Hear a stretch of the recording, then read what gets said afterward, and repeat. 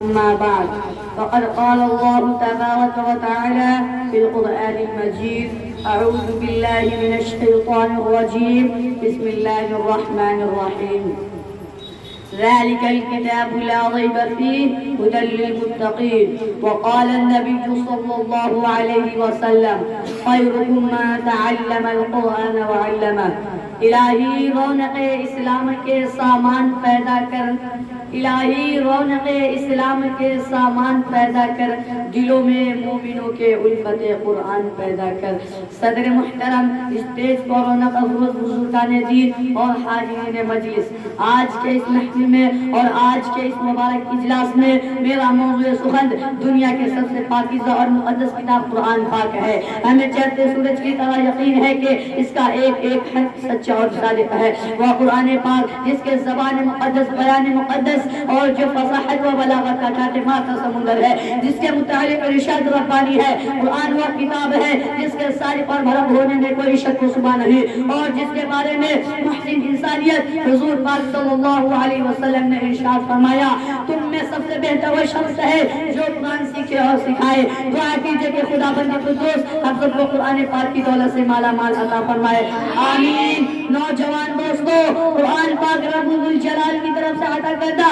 وہ حسین تحفہ ہے جس نے 23 برس کی قلیل مدت میں پورے عالم میں وہ انقلاب برپا کر دیا کہ بڑے سے بڑے فصحاء علماء ادباء اور شعراء حیران و ششد رہ گئے جس کی آیتوں کو سن کر پتھر دل موم ہو گئے دوستو یہی وہ قرآن ہے جو رہتی دنیا تک انسانوں کے لیے صلاح ہدایت و رحمت ہے یہی وہ قرآن ہے جس نے رسول کی رسالت کو اعجاز بخشا یہی وہ قرآن ہے جس نے بزرگ قلوب کو تازگی بخشا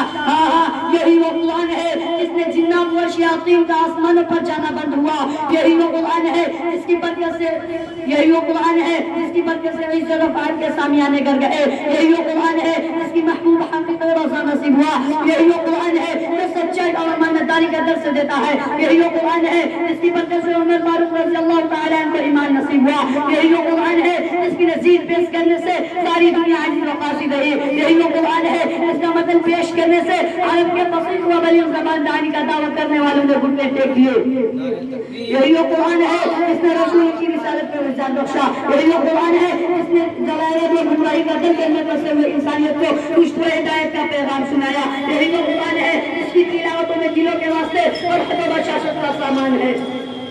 یہی وہ قرآن ہے جس نے ضلالت و گمراہی کا دل میں پھنسے ہوئے انسانیت کو رشد و ہدایت کا پیغام سنایا یہی وہ قرآن ہے جس نے ذہنی قوتوں کو جلا بخشا یہی وہ قرآن ہے جس کی برکت سے اجڑے چمن میں بہار پیدا ہوئے محترم حضرات آج کے اس نازک دور میں ان سے کلام پاک کو فضول سمجھا جاتا ہے اس کے الفاظ رٹنے کو حماقت بتایا جاتا ہے کہا جاتا ہے اس کا الفاظ رٹنا اور بے سمجھے پڑھنا بے سود ہے افسوس صد افسوس قرآن پاک کے بارے میں ہمارا یہ خیال ہے کہ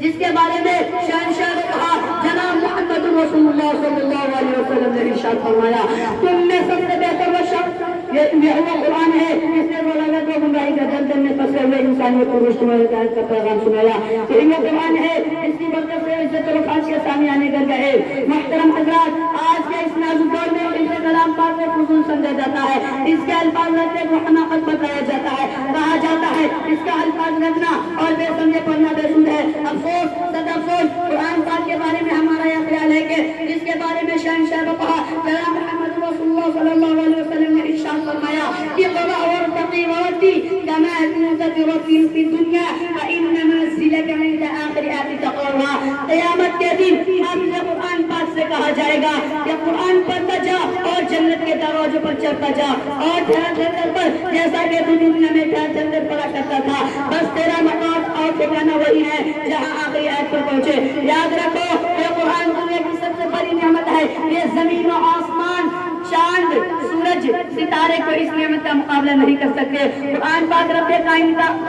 کائنات کا مقدس اور عظیم کلام ہے اور کیوں نہ ہو جبکہ اس کا اتارنے والا آمین اس ذات پر نازل ہو وہ بھی آمین اس مہینے میں نازل ہو تمام مہینوں سے افضل اس رات میں نازل ہو تمام مہینوں سے بہتر اللہ کا مقدس اور پاکیزہ کلام تمام کلاموں سے افضل اور بہتر ہے حدیث پاک میں آتا ہے نزول کلام اللہ علی شاعر الکلام کا فضل اللہ علی خلقہ اللہ کے کلام کو سب کلاموں پر ایسی ہی فضیلت ہے جیسے کہ خدا تعالی شان تمام مخلوقوں پر اللہ خدا کا دلارا اور خدا کا پیارا نبی ارشاد فرماتا ہے کہ جس نے قرآن پڑھا اور اس پر عمل کیا اس کے والدین کو کل قیامت کے دن سورج سے بھی زیادہ روشن تاج بنایا جائے گا. غور کرنے کا مقام ہے کہ جب والدین کو اس بڑا قدر انعام سے نوازا جائے گا تو خود پڑھنے والے کا مقام اور مرتبہ کا کیا عالم ہوگا. حضرات قیامت کا میدان ہوگا اور ایسے 10 آدمی جن کے لیے جہنم واجب ہو چکی ہوگی. پروردگار